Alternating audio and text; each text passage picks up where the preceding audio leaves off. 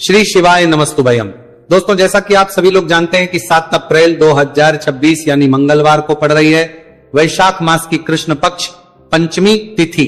और दोस्तों, यह वह तिथि है जो वैशाख मास में पड़ने वाली सबसे बड़ी तिथि है, क्योंकि यह मंगलवार के दिन पड़ रही है और इसका बहुत ही बड़ा और विशेष महत्व होता है।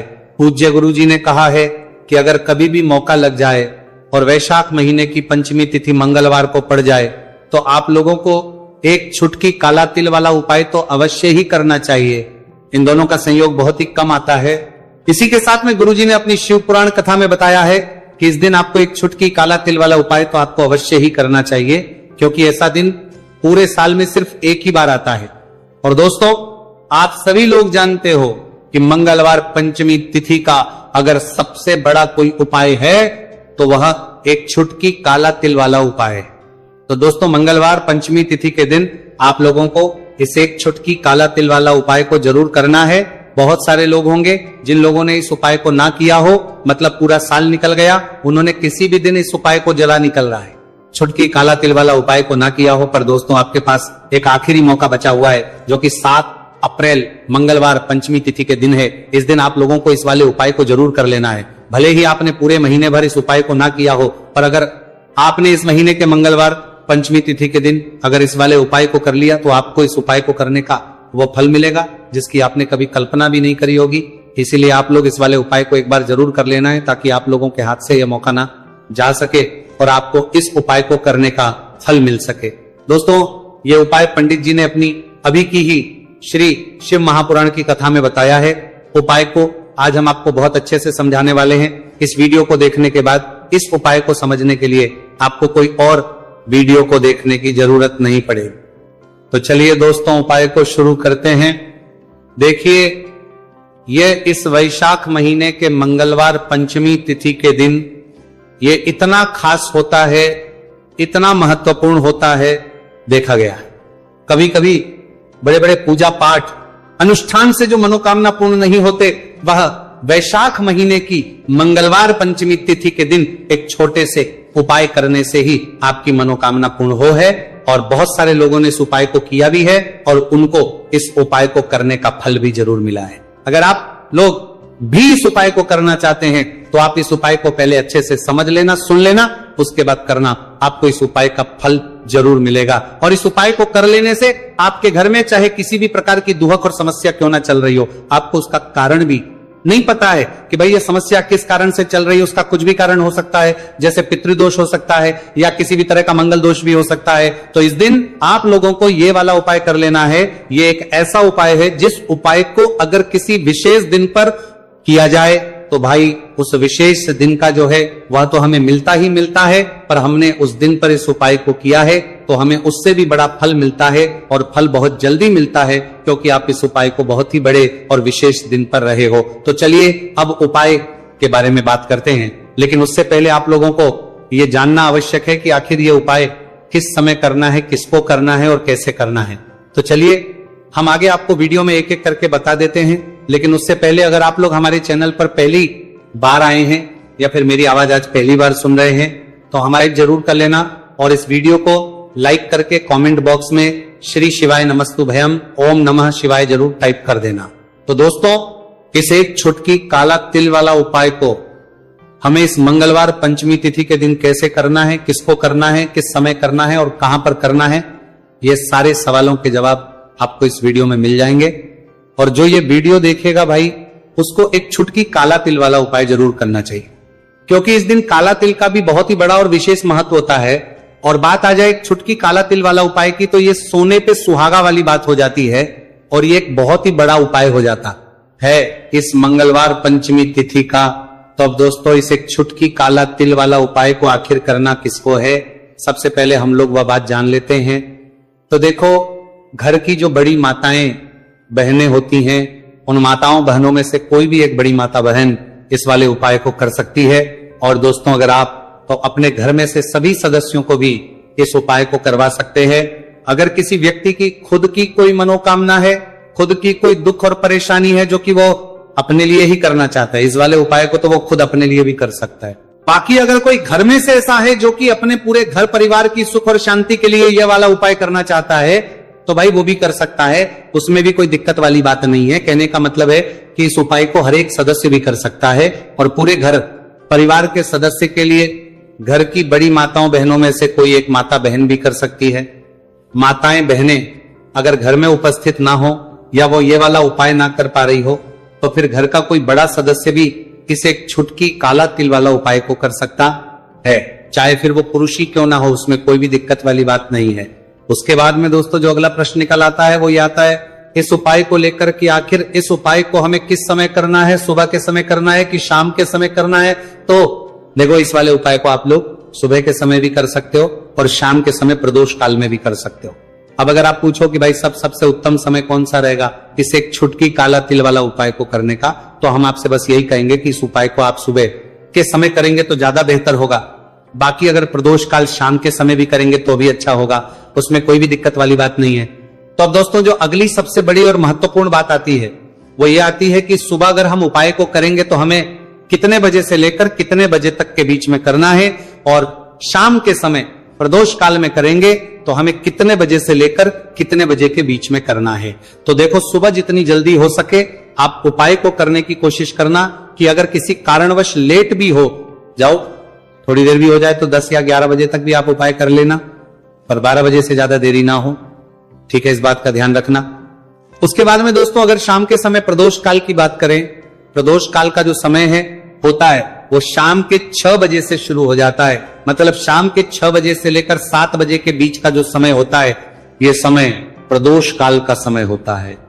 तो आप उपाय को 7 या 8 बजे के बीच में भी कर सकते हो, मतलब शाम के 6 बजे से रात 8 बजे के बीच में आप कभी भी इस वाले उपाय को कर सकते हो, उसमें कोई भी दिक्कत वाली बात नहीं है। देखिए, यदि आपके जीवन में संकट बहुत ही अधिक चल रहे हो, समस्याएं बहुत ही अधिक चली हो, एक एक रूप खर्च करने आपको बस ओढ़ रहा है, भूमि से जुड़ी हुई कोई भी समस्या हो, या फिर आपके विवाह से जुड़ी हुई कोई भी समस्या हो, या आपके व्यापार से जुड़ी हुई कोई भी समस्या हो, तो आपकी यह सारी समस्या इस मंगलवार पंचमी तिथि के दिन समाप्त होने वाली है।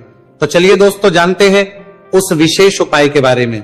देखिए, इस वीडियो में हम पूज्य गुरुजी द्वारा बताए गए 3 बहुत ही चमत्कारिक उपायों के बारे में जानेंगे। देखिए, ये जो उपाय है आपके जीवन से दुर्भाग्य का तो अंत करेंगे ही, साथ ही साथ यदि आपके जीवन में धन की समस्या चल रही है तो वह सभी भी आपकी समाप्त हो जाएंगी। देखिए, गुरुजी ने बताया है कि जब भी मंगलवार पंचमी तिथि का दिन पड़े तो हमें कर्ज मुक्ति के लिए कुछ उपाय करने चाहिए, इसी के साथ हमें धन प्राप्ति, भूमि से जुड़े कार्यों और विवाह के लिए भी उपाय करने चाहिए। तो चलिए दोस्तों जानते हैं गुरुजी द्वारा बताए गए सबसे पहले उपाय के बारे में।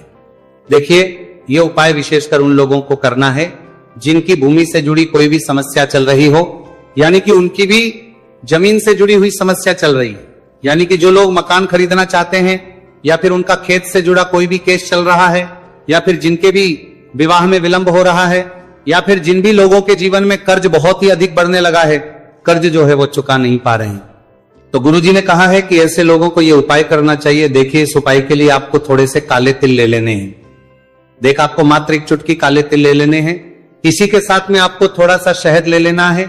फिर सबसे अंत में आपको 1 लोटा शुद्ध जल ले लेना है। तांबे के पात्र के अंदर आपको अपने घर से शुद्ध जल ले लेना है और इन सभी सामग्रियों को आपको लेकर के पहुंच जाना है भगवान शिव के मंदिर में। देखिए, पूज्य गुरुजी ने बताया है कि इस उपाय को आप सुबह से लेकर के शाम तक किसी भी समय में कर सकते हैं। देखिए, मंदिर पहुंचने के आप जो काले तिल लेकर के गए थे उनमें आपको थोड़ा सा शहद लगा लेना है। देखिए, आप जो शहद लेकर के आए हैं उस शहद में आपको ये काले तिल अच्छे से डुबो देना है और शहद से युक्त ये जो काले तिल हैं इन्हें आपको शिवलिंग पर अर्पित कर देने हैं, या फिर आपको शिवलिंग के चारों तरफ अच्छे से काले तिल का लेपन कर देना है। पूज्य गुरुजी ने बताया है कि लेपन करते समय यदि आपके जीवन में कर्ज से जुड़ी समस्याएं चल रही हैं, लेपन करते समय आपको आर्यन मुक्तेश्वर महादेव का स्मरण करना है, या फिर आपके जीवन में विवाह से संबंधित या फिर जमीन से संबंधित कोई भी समस्या चल रही है तो फिर आपको मंगलेश्वर महादेव का स्मरण करना है। इसके बाद जो आप जल लेकर के आए हैं उसे आपको धीरे धीरे शिवलिंग पर अर्पित कर देना है तथा आपको लगातार शिव महापुराण के मूल मंत्र श्री शिवाय नमस्तुभयम इस मंत्र का जाप करते रहना है। पूज्य गुरुजी ने बताया है कि सिर्फ एक मंगलवार पंचमी तिथि यह उपाय करके देखना और आप स्वयं देखेंगे कि 2 से 3 महीने के अंदर आपके जीवन से जुड़ी हुई जो भी समस्याएं हैं, बस सभी समस्या बहुत ही जल्द महादेव की कृपा से दूर होने लगेगी। तो दोस्तों, इस प्रकार से आपको ये पहला उपाय ना है। अब हम जानते हैं दूसरे विशेष उपाय के बारे में। देखिए, इस उपाय के लिए आपको एक प्यारी सी बेलपत्र ले लेनी है। इसी के साथ में एक लोटा शुद्ध जल लेना है तांबे के पात्र के अंदर, और इसी के साथ में आपको थोड़ा सा शहद ले लेना है। देखिए, मंगलवार का दिन है और मंगलवार पंचमी तिथि के दिन यदि हम शहद का उपाय करते हैं तो इससे महादेव हमसे बहुत ही अधिक प्रसन्न होकर के हमारी मनोकामना को परिपूर्ण करते हैं। देखिए दोस्तों, यदि आपको बेलपत्र नहीं मिल पाती है तो आप भगवान शिव के शिवलिंग पर जो बेलपत्र छड़ी हुई होती है उसे शुद्ध जल से धोकर के उसका उपयोग कर सकते हैं। तो इन सभी सामग्रियों को आपको भगवान शिव के मंदिर में लेकर के पहुंच जाना है। गुरुजी ने कहा है कि इस उपाय को भी आप सुबह से लेकर के शाम तक किसी भी समय में कर सकते हैं। देखिए, मंदिर पहुंचने के बाद आपके पास जो एक बेलपत्र है और बेलपत्र की जो सबसे बड़ी वाली पत्ती होती है और उसकी जो चिकनी साइड होती है उस पर आपको अच्छे से शहद का लेपन कर देना है। यानी कि बेलपत्र की बड़ी वाली पत्ती पर, पूरी ही पत्ती पर अच्छे से शहद लगा देना है। अब देखिए, ये जो बेलपत्र है इसे आपको अपने सीधे हाथ की हथेली पर रखना है और आपके जो भी कार्य अटक रहे, देखिए बहुत से लोग ऐसे होते हैं जो अपने नौकरी को प्राप्त करने के लिए सालों से तैयारी करते हैं लेकिन उनको नौकरी नहीं प्राप्त हो पाती है। बहुत से ऐसे लोग होते हैं जो बहुत ही मेहनत करते हैं, धन भक्ति के लिए बहुत अधिक प्रयास करते हैं लेकिन फिर भी उनको धन प्राप्त नहीं हो पाता है। तो गुरुजी ने बताया है कि जब भी आपको अपने कार्यों में सफलता ना मिले तो फिर आपको मंगलवार के दिन इस उपाय को अवश्य करना चाहिए। देखिए, अब आपको जिस भी कार्य में सफलता प्राप्ति करनी है उस कार्य को सफल बनाने के लिए आपको महादेव से प्रार्थना कर लेनी है और फिर ये जो एक बेलपत्र है इसे आपको भगवान शिव के शिवलिंग पर अर्पित कर देनी है। देखिए, बेलपत्र की चिकनी साइड जिस पर आपने शहद लगाए है वह शिवलिंग से स्पर्श रहेगी और इसकी जो डंडी है वो आपको जलाधारी की ओर रखनी है। इस प्रकार से आपको ये बेलपत्र अर्पित कर देनी है। अब देखिए, आप जो एक लोटा जल लेकर के आए हैं उसे आपको भगवान शिव के शिवलिंग पर धीरे धीरे अर्पित कर देना है। श्री शिवाय नमस्तु भयम इस मंत्र का जाप करते हुए देखिए, जैसे ही ये जल शिवलिंग से होकर के जलाधारी की ओर बह करके आएगा तो इसे आपको थोड़ा सा अपने सीधे हाथ की हथेली में झेल लेना है। इस जल को आपको अपनी दोनों आंखों पर लगा लेना है और इस जल का थोड़ा सा छिड़काव आपको अपने शरीर पर कर लेना है। पूज्य गुरुजी ने बताया है कि जब भी हम मंगलवार के दिन शहद वाली बेलपत्र शिवलिंग पर अर्पित करते हैं तो इससे हमें महादेव हर कार्य में सफलता प्राप्त करवाते हैं। यदि हमें अपनी मेहनत करने के बावजूद भी पर्याप्त मात्रा में सफलता नहीं मिल पा रही है तो गुरुजी ने कहा है कि आपको मंगलवार पंचमी तिथि के दिन यह चमत्कारिक उपाय अवश्य ही कर लेना है। अब दोस्तों, हम जान लेते हैं गुरुजी द्वारा बताए गए तीसरे विशेष उपाय के बारे में। देखिए, इस उपाय के लिए भी आपको मात्र एक लोटा शुद्ध जल ले लेना है तांबे के पात्र के अंदर। फिर इसी के साथ में आपको एक प्यारी सी बेलपत्र ले लेनी है। बेलपत्र आपको ध्यान रखना है कि कैसे भी कटी हुई खंडित नहीं होनी चाहिए।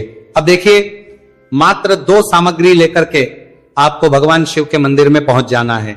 पूज्य गुरुजी ने बताया है कि यह उपाय विशेषकर उन लोगों को करना है जिनकी कोई भी विशेष मनोकामनाएं जो कई दिनों से परिपूर्ण नहीं हो पा रही, चाहे वो विवाह से संबंधित हो, नौकरी से संबंधित हो, व्यापार से संबंधित हो, चाहे किसी भी प्रकार की मनोकामना है जो परिपूर्ण नहीं हो पा रही है, तो उसके लिए आपको ये उपाय करना है।